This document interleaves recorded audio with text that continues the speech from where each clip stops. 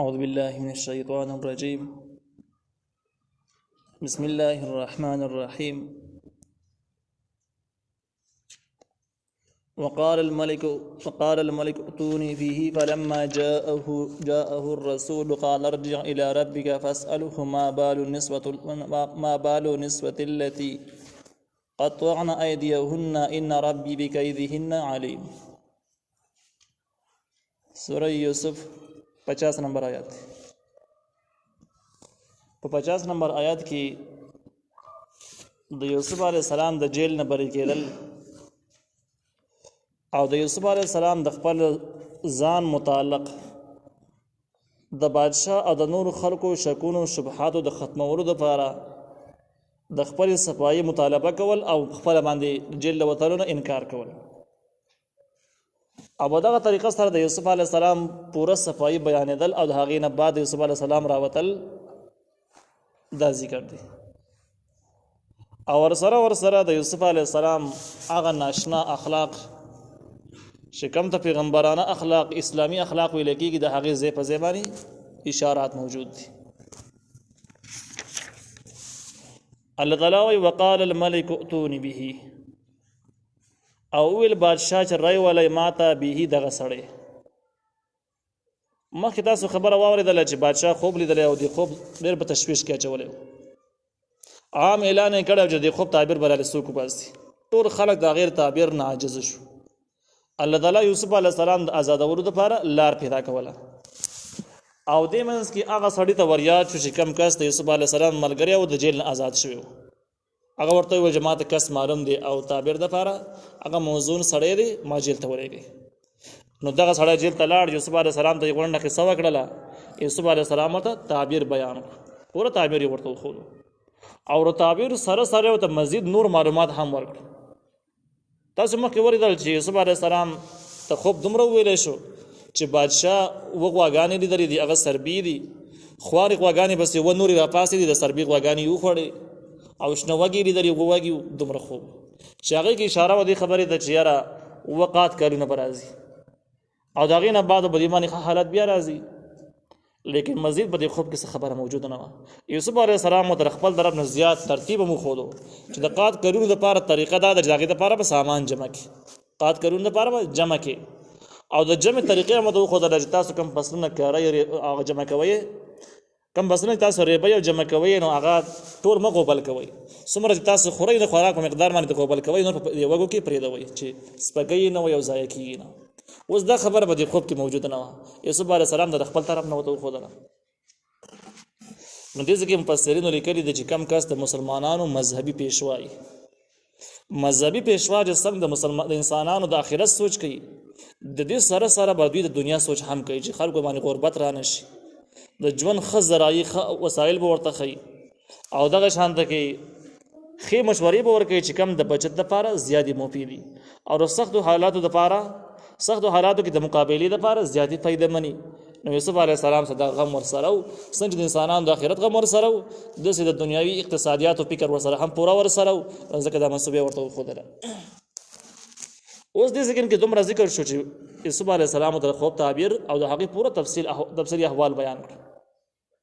باقي واقعه د ذکر کې نه ده ذکر شوي چې دا کس بیا واپس راغی، بادشاه ته یې قصه وکړله. بادشاه د دې خوب د وجې نه د یوسف علیه السلام نه ډېر متاثره شو، جواب یې پسې ولېږو.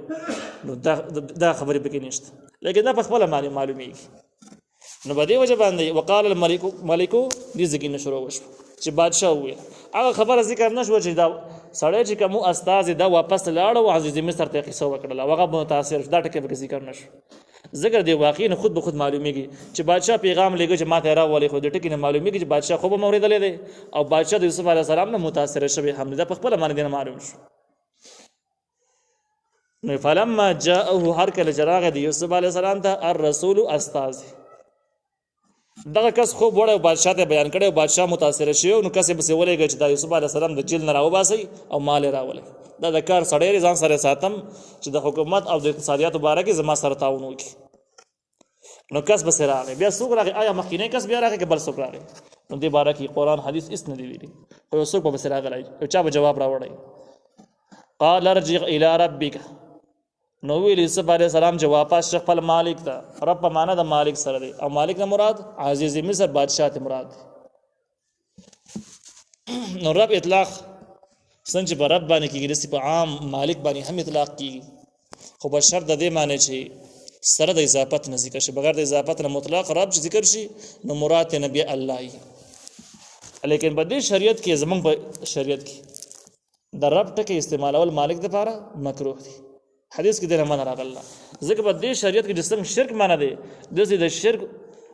د شرک مشابه الفاظ استعمالول او مشابه کارونه کول هم نه جایز دي. مخکینو دینونو کې تصویرونه جوړول معنا نه و. د شریعت کې څنګه بت پرستی معنا ده د تصویر هم معنا دی. ځکه د خلک فیسبوکونو کې بیخي نه شیر کوي او بیخي سو کې حرام نه هم څوک نه پیژني. نو په دې شریعت کې رب ټکی استعمالول مالک په معنا باندې معنا دي، لیکن باغه زمانہ کې جایز. یوسف علیه السلام ورته وی چې خپل مالک ته واپس راشه، زه د جیل نه وځم او مالک ته بادشاہ ته وایا فاسأله تپوس ته وک چې ما بال النسوة التي قطعن ايديهن، چې سو حقیقت د زنانو حقي قطعن چاغي کټکړي دي ايديهن نخبت خپل. ویل واپس راشه بادشاہ ته وایا چې زما پورا صفائی نه بیان شوی، زه جیل نه وځم.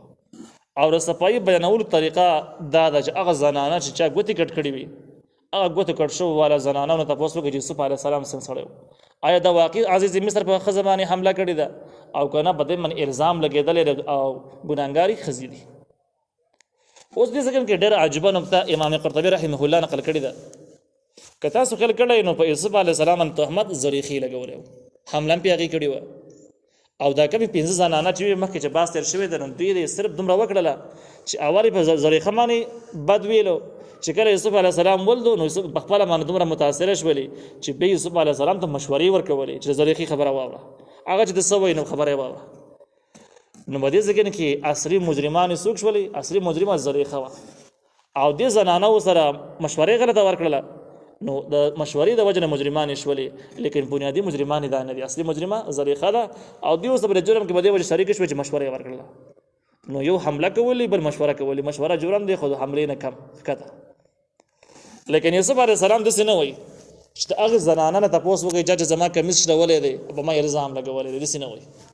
د سینه وای زریخي نه تاسو وګورئ. امام قرطبي رحمه الله وای په دې کې د یوسف علیه السلام پیغمبرانه شرافت او اخلاق ته اشاره ده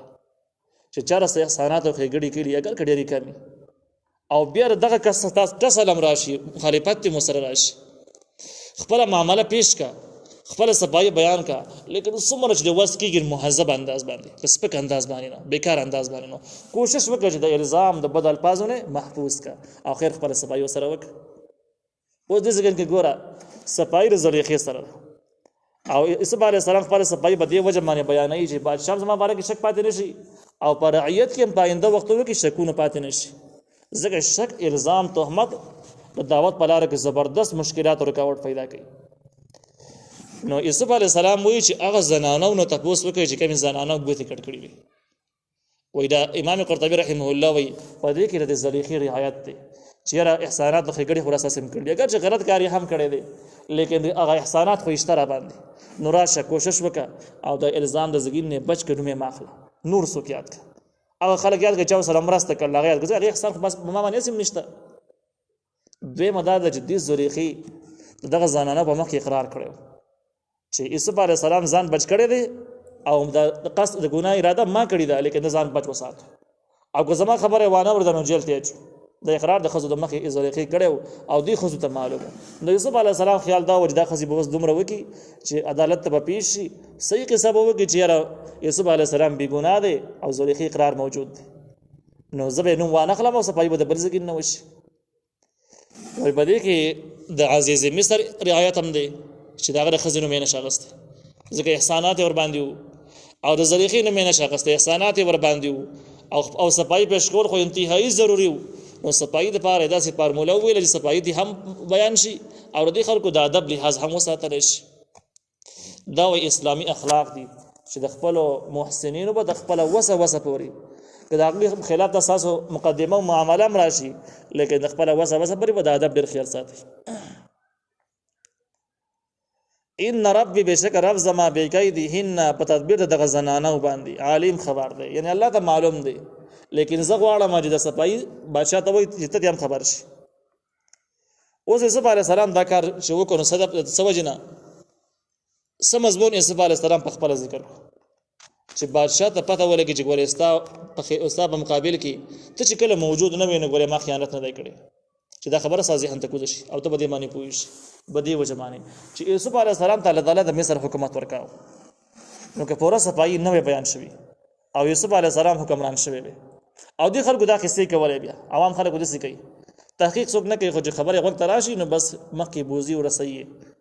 بیا به خلکو باسونه کوله چې هغه سړی حکمران شو چې د عزیز مصر په ښځه باندې حمله کړې وه هغه الزام مطابق خبره به یې کولې حقیقت خو چاته معلوم به نه وي بیا د دې الزاماتو د خورېدلو نه به د عزیز مصر ته هم ډېر تکلیف وي چې دا خلک دا باس کوي دا خو ډېر جوبه باس دی دومره ټوله دنیا لګیا ده دا قصه کې کېدای چې دا به رښتیا وي نو بیا به د یوسف د عزیز مصر په اړه کې به د یوسف علیه السلام خلاف خفګانونه به موجود وي درد به موجود وي لیکن چونکې هغه حکمران کېږي نو غږ به یې نه شوی کولی او درد به یې تېرولی نو د یوسف علیه السلام خیال دا و چې یاره هغه کس چې زما سره احسانات کړي دي دومره دروند نظر یې ماته کړی دی چې زما د وجه نه هغه ته معمولي تکلیف هم ونه رسېږي او پوره مقدمه ورته معلومه شي نو د دغې د ترتیب دپاره یوسف علیه السلام ځان ایثار کړو چې زه ځمه نه او تاسو لاړ شئ د هغه زنانو نه تپوس وکړئ پوره تحقیق پیش کړئ هغې نه بعد به زه وځم که زه ګناهګار وم ماته سزا راکړی شي که زه ګناهګار نه وم نو بس چې تاسو ته پته ولګي چې دا ګناهګار نه دی صرف دومره نور انتقام اخیستلو قصه نه ده قال نو بادشاه وویل بس هغه استازی یوسف علیه السلام چې څنګه خبره وکړله عکس روان شو واپس لاړ یوسف علیه السلام جیل کې پاتې شو دې ځای کې د نبي علیه السلام یو روایت مسلم شریف نقل کړی دی او ترمذي شریف هم نقل کړی دی چې یوسف علیه السلام له الله تعالی ډېر لوی اوچت اخلاق ورکړي او ډېر زیات صبر یې ورکړی په دې وجه باندې چې هغه کس هغه بادشاه چې دی بند کړی دی جیل کې اچولی دی د ده د وجې نه په جیلونو کې جیل کې پروت دی زمانه تېرېږي بیا هغه بادشاه خوب ویني او خوب رالیږي چې بس ما خوب لیدلی دی یوسف علیه السلام ورته نه وایي چې زه دې په جیل کې اچولی یم او ته تعبیرونه غواړي اول مې آزاد کړه د هغې نه بعد به ته تعبیر بیان کړه هېڅ هم ورته نه وایي نبی علیه السلام وایي که ما سره داسې مقدمه راغلې وي ما ورته ویلې وی چې اول مې آزاد کړه جیل نه مې بهر کړه د هغې نه بعد ته تعبیر وباسه که نیاړولې وباسه مې تعبیر نو داسې به پاتې شي دغه شان ده کې کم کس چې پیغام راوړو چې یاره بادشاه خوب لیدلی دی دا څوک دی هغه کس ته د یوسف علیه السلام سره په جیل کې پاتې شوی و او یوسف علیه السلام ورته جواب ویلی چې ګورې زما ستا ملګرتیا ده کم از کم ته بادشاه خواله ځي دې بادشاه ته ما ور یاد کړه چې دا سړی په جیل کې پروت دی بې ګناه دی ستا نه هېر شوی دی لیکن دی لاړ په مزو چرچو کې ډوب شو او یوسف علیه السلام بس دی هېر کړو څو کال هغه جیل تېروي او د نه هېر دی نو دا یوسف علیه السلام د ملګري ته نه وایي چې ښه اوس راغلي خوبونو تپوسونه چې کې تا ته چې ما معمولي جواب ویلی چې بادشاه ته ووایه تا به ته ویلی نه دی ویلی چې نه دی ویلی مه رامخامخ کېږه ته تا ته اړوله تعبیر وباسه ما نه دغه شانته کې لاړ شه داسې هم ورته ونه ویل بلکې د دې مقدمې ورته اړو ذکر هم ونه کړو چې تا زما سره داسې کار کړی هېڅ یې ورته ونه ویل دې ته ویل کېږي اسلامي اخلاق پیغمبرانه اخلاق او شرافت چې په دې مرحله کې وي چې د دې خبرو پسې هغوی غاړه نه وړي او اصل نظر په دې معنی چې د انسانیت خیرخواهي ولټولی شي هم دنیاوي لحاظ باندې هم اخروي لحاظ باندې نو وایي د دې ځایونو نه د یوسف علیه السلام ناشنا اخلاق معلومیږي بیا د یوسف علیه السلام چې د جیل نه وځي او پاتې کېږي نبي علیه السلام وایي که د یوسف علیه السلام په ځای باندې زه وې او ما ته پیغام راغلی وي چې د جیل نه راوځه خوب تعبیر دې ستری دی قیمتي سړی په هر څه باندې پوهېږي لهذا راوځه وایي ما زه به سیده جیل نه وتلی زه یې سارېدم بیا نه یوسف علیه السلام مقدمه بیا وړاندې کوي چې تحقیق دې وشي د هغې نه بعد وځم داسې نه وځم وایي دا د یوسف علیه السلام د لویو اخلاقو او د لوی شرافت یو واضح ثبوت دی دا روایت چې کوم دی امام طبراني رحمه الله هم نقل کړی دی دا دویم روایت چې کوم دی دې ځای کې سوال دا دی چې آیا د نبي علیه السلام مرتبه لویه ده که د یوسف علیه السلام نو ښکاره خبر د یوسف علیه السلام نه د نبي علیه السلام مرتبه زرحا چونده سیوا ده ټولو انبیاو کې اوچته مرتبه د نبي علیه السلام ده اوس روایت ته راشه چې نبي علیه السلام چې کوم بیان کوي نو د دې نه هم معلومیږي دا چې یوسف علیه السلام افضل کار کړی دی ما به د هغې نه ښکته مبذور عمل کولی یعنی افضل نه و لږ راښکته غوندې عمل کولی چې هغه ډېر غوره نه دی یوسف علیه السلام عمل غوره و ما به د هغې نه لږ کمزوری کولی سیده به ورته رسېدلی نو دا اعتراض دی سوال دی چې کله داسې به دې معلومېږي د هغې جواب امام قرطبي رحمه الله تفصیلي جوابات ذکر کړي دي امام قرطبي رحمه الله وایي وای د ښکارا واضحه مسله دا د نبی علیہ السلام مرتبه ټول پیغمبران نو چته ده لیکن وای جزئی مسله کې د یوسف علیہ السلام مرتبه لوی شي د هیڅ نقصان نه کوي په دې ځکه کې کله یوسف علیہ السلام په یو عمل کې مرتبه سیوا شي څه چل وشو هیڅ خبره وای نه ده دویم جواب چې کوم دی تفسیری مظهری نقل کړی دی تفسیری مظهری وای د نبی علیہ السلام کم پیغام چو نو اصل کې دا امت د پاره تعلیم چې ګوره یوسف علیه السلام وویل چې جیل نه وزم زما پوره صفای دی بیان شي الا به وزم اسی نه چې ګوره امت په دې باندې عمل وکړي امت دې په عمل نه کوي ولې په عمل نه کوي یوسف علیه السلام ته د وحی وزریه باندې پته لګېدلی وه چې زه جیل نه آزادېږم د مصر بادشاه کېږم خو که د دې خبرې صفایي بیان نه شوه چې کوم الزام په ما لګېدلی دی دغه الزام به پټ پټ چریږي زما مخالفین به هوا ورکوي او د خلکو په ذهنونو کې به شکونه تاویږي چې او دا هغه سړی چې د عزیز مصر په ښځه باندې حمله کړې ده نو زما پیغمبري دعوت ټول به مشکوک وګرځي بیا به چا باندې به اثر نه کوي نقصان ډېر زیات لیکن عام سړی نه پیغمبر ده چې وحي ورته وشي چې ته بادشاه کېږي دا ضرورت دا خبره پکې نشته او نو ته د وحي په ذریعه باندې معلومیږي چې ته یقیني ازادېږي دا پته مته نه لګي عام سړی نو عام سړی ته چې کله موقع میلاوي د ازادۍ تاخیر به نه کوي د مخکې سره د ازادېدلو چانس به مس کوي نه وایي دا ولې وای دا د وخت بادشاهانو له هیڅ اعتبار نشته دا سار یو سوی ماښام بل سوی د نشي حالات د جذباتو حالات کېدای شي چې نن د ازادۍ او سبا له باندې انکار وکړي چې اډو ازادو مې نه دقسې وپکې پروت دي او کېدای شي چې سبا له داسې ير شوی چې پته مته نه لګي چې لا ما سړی به جیل کې اچولی او هغه به تنګ شوی یو بېګناه د ازادول غواړي دا پته ورته هم نه لګي دا خو رسي بادشاهان نه دي دې زمانې ده نو نبي علیه السلام ته د دې حالاتو د بادشاهانو نفسیات د وحی په ذریعه باندې معلومو نو امت ته تعلیم ورکړ چې ګوره یوسف علیه السلام په دې لاره کې د یوسف علیه السلام په نقش قدم باندې بنځي ځکه د یوسف علیه السلام انداز او علمیت هغه بیل لغه پیغمبر دی الله ته وحی په ذریعه باندې خودلی دي چې ته آزادېږي او ګوره ستاسو پته نه لګي چې بیا د سر بادشاهان کومې فیصلې کوي کومې منصبې تاسو کوي او تاسو ورته یاد یې کوته به یاد نه د خو بادشاهان نه دي نو د نبی علیہ السلام دغه وینا اصل کې امت د لپاره تعلیم او تغیر دا نه معلومیږي چې کني یوسف علیہ السلام ته مرتبه سیوا شو نو قال ما خطبكن ویل بادشاہ چې ستاسو حال ستاسو یا ستاسو حقیقت ستاسو هغه زنانه راوختري 5 زنانه چې کله راوختري زلیخا وسلام سمراله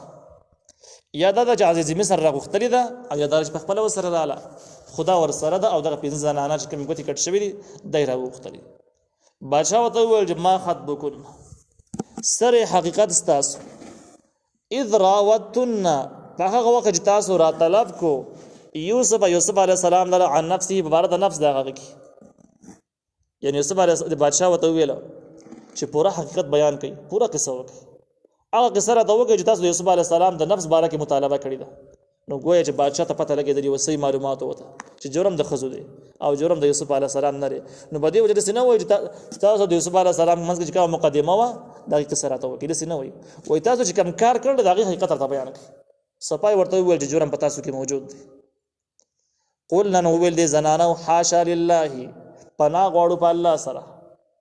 یعنی د الله تعالی مرسته غواړو د جرایمو د ګناهونو نه ما علمنا علیه من سوء چې موږ نه دی معلوم کړی په دې یوسف علیه السلام کې من سوء اس بدی یعنی دا خو موږ الزام لګولی چې یوسف علیه السلام مجرم او ګناهګار دی مشوره مته کړې وه منصوبه مته کړې وه الزام پرې ور اچولی و نور یوسف علیه السلام دا کارونه کړي نه دي لیکن دې ځکه کې د زنانو داسې ونه ویل چې دا کار موږ نه دی کړی خو د زلیخې کړی داسې ونه ویل په دې وجه زلیخه ښکاره ولاړه وه زلیخه د بادشاه ښځه ده او دا زنانه د افسرانو ښځې دي نو کم از کم دغه د مشارۍ او د کشرۍ رعایت او لحاظ په وجه باندې صفا یې نشو ویلی چې یاره یوسف علیه السلام خو بېګناه دی په دې کې خو شک نشته د هغې خبره یې خو وکړله لیکن زلیخې یاده نه کړه چې جرم د دې دی خو د یوسف علیه السلام صفایي چې بیان شوه الزام په خپله په ښځو باندې راغی ښکاره خبره ده چې په ښځو باندې الزام راغی چې کار باید وی کړی ده دغه 2 کسان دي یوسف علیه السلام بېګناه دی چې بېګناه ده نو ګناهګار څه وشو ښځې ګناهګارې شولې خو نوم یې وانهغېست د احترام د وجه نه قالت امرأة العزیز الآن نو ویله زنانه د بادشاه چې وس حصل حق ښکاره شه حق په دې ټایم کې زلیخه خو هوښیاره ښځه وپوهې شوه چې ګوره بادشاه وایي چې تاسو د یوسف علیه السلام د نفس باره کې مطالبه کړله نو خبره په موږ باندې راله 5 زنانه دغه یو پکې زه یم په موږ راله اوس دا زنانه وایي چې یاره یوسف علیه السلام بیخي بېګناه دی نو چې هغه بېګناه دی نو خبره کوم ځای ته رسیږي تاسې معلومیږي چې بادشاه ته زه صحیح معلوم یم خو اس د خاطر د لحاظ د ما یادوي نور زه یې معلوم کړی چې معلوم کړی مو نه دروغ نه وسته نه جوړېږي راشه رښتیا خبره وکړه نو ویل اوس کاره شه حق نو برشتیا باندې شروع وکړه چې انا راوته ما را طلب کړی د یوسف علیه السلام عن نفسه بار د نفس هغه کې دې ځکه امام قرطبي رحمه الله وایي دې ذکر کې یوه باریکه نکته موجوده ده هغه نکته دا ده چې ګوره یوسف علیه السلام وړاندې هغه کس ته ویلي چې بادشاه ته ما ور یاد کړه دغه کس نه هېر شو د الله نظام دا ده چې کوم نیکان خلک یې اوچت خلک او الله تعالی دې غټ کار د دین اخلي د الله نظام داسې دی چې چا د احسان لاندې نه راولي چې بل باغې باندې احسانات کې د دغې لاندې راشي بلکې همیشه دپاره چې نیکان خلک مجبوره شي الله تعالی ته د غیبو نه لارې کولاوي نو په دې وجه هغه کس نه هېر شو اوس الله تعالی د غیبو نه لار کولاو کړله او یوسف علیه السلام د ازادۍ لپاره سبب جوړ شو مهم شروع شو دغه شان ده کې د یوسف علیه السلام د پاکدامنۍ بیانولو دپاره چې یوسف علیه السلام پاکیزه دی او الزام په ښځو کې دی الله تعالی د زلیخې خوله کولاو کړه په رښتیا باندې راغله او رښتیا شروع کړو نو د حق د کم کسان چې حق پرست دي کله کله د شیطان په خوله باندې رښتیا شروع شي او رښتیا خبرې دي وشي نو دې ځکه کې د یوسف علیه السلام د پاکدامنۍ دپاره زلیخه په خپله قایل شوه او شک یې راغی چې ګنې بادشاه خبر دی حالانکه بادشاه ته به کېدی چې دومره پته ویا به ورته نه وه خو دې ویل نه حق واضح شو خبر هم دغسې ده انا راودته ما را طلب کړی د یوسف علیه السلام عن نفسه په باره د نفس د هغه کې وانه لمن الصادقین او یقینا د یوسف علیه السلام د رښتونو نه دی یوسف علیه السلام ویلو چې جرم زما نه دی نو دا رښتیا وایي جرم د ده نه دی جرم زما دی ذلک لیعلم دا وینا د یوسف علیه السلام وینا ده چې زه جیل نه وځم د ښځو نه تفتیش وشي وایي دا کار ما ولې وکړو او دومره مې کیسه ولې اوږده کړه یو دم سره راونوتمه وایي دې دپاره راونوتم را دومره تفتیش ته مې خبره ځکه ورسوله چې بادشاه ته ګورې پته ولګي چې لم اخونه بالغیب ما بادشاه سره هېڅ خیانت نه دی کړی کله چې بادشاه موجود نه و چې بادشاه ته پته ولګي چې ما ګورې د بادشاه سره خیانت نه دی کړی دغه په عزت باندې ما حمله نه ده کړې دغه صفایي دپاره دا کار ما وکړو نو امام قرطبي رحمه الله وایي چې د یوسف علیه السلام په ذهن کې داسې وه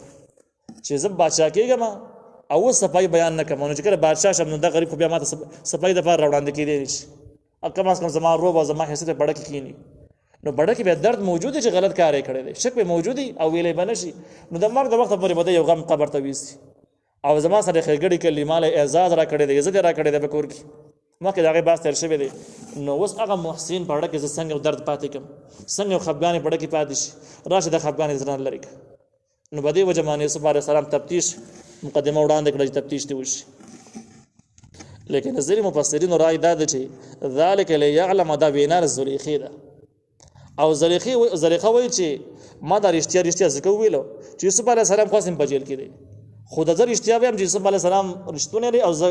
او خیانت او غداري ما کړې ده چې یوسف علیه السلام ته پته ولګي چې ګورې کله ته موجود نه وي په جیل کې وي نو ګورې تا باندې ما الزام نه دی لګولی دروغ مې د پورې نه دی ویلي ښه رښتیا خبره مې کړله دا قول تفسیر احسن الکلام نقل کړی دی لیکن دا صحیح قول نه دی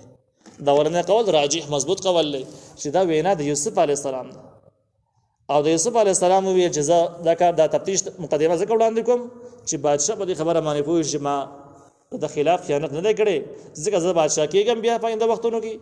نو هسې نه چې د بړه کې درد موجود دی او زما د احساناتو خلاف د یو غم قبر ته وینیسي نو ذلک دا مقدمه د تفتیش دې دپاره وشوه لیعلم چې د بادشاه پوه شي ان چې یقینا ما لم اخنه خیانت نه دی کړی د عزیز مصر سره بالغیب په شیشه کله چې دی موجود نه و نو د په عزت باندې ما حمله نه ده کړې وان الله یقینا الله تعالی لا یهدي نسمي کید الخائنین تدبیر د خیانتګرو خلکو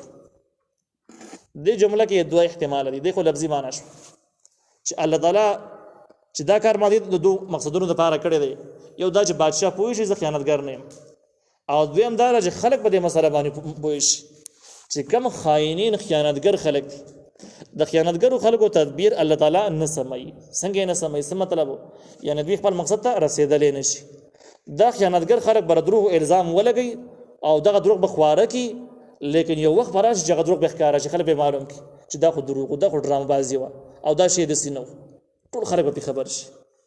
نو په دې وجه باندې ما را تفتیش مقدمه وړاندې کړله چې خلک به دې پوه شي چې ګورې 25 سازشونه الزامات دروغ او چلونه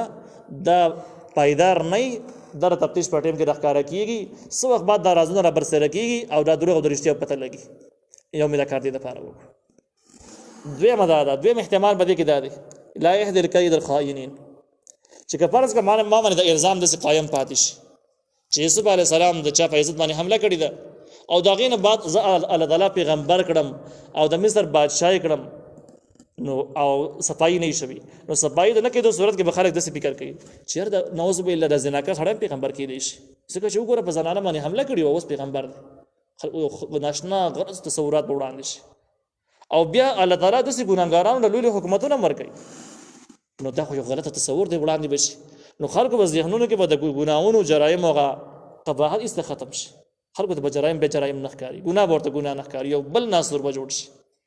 نو ما دا تفتیش مقدمه دې لپاره وړاندې کړه چې وان الله لا يهدي كيد الخائنين چې الله تعالی نه سموي تدبیر د خیانتګرو خلکو یعنی زه خیانتګر نه یم ځکه الله تعالی دې مقام ته راورسولم سوچ خیانتګر الله تعالی دې مقام ته نه رارسوي. دغه دوه مقاصد لپاره ما تفتیش مقدمه وړاندې کړه. دا تحقیق تفسیر قرطبی نقل کړی.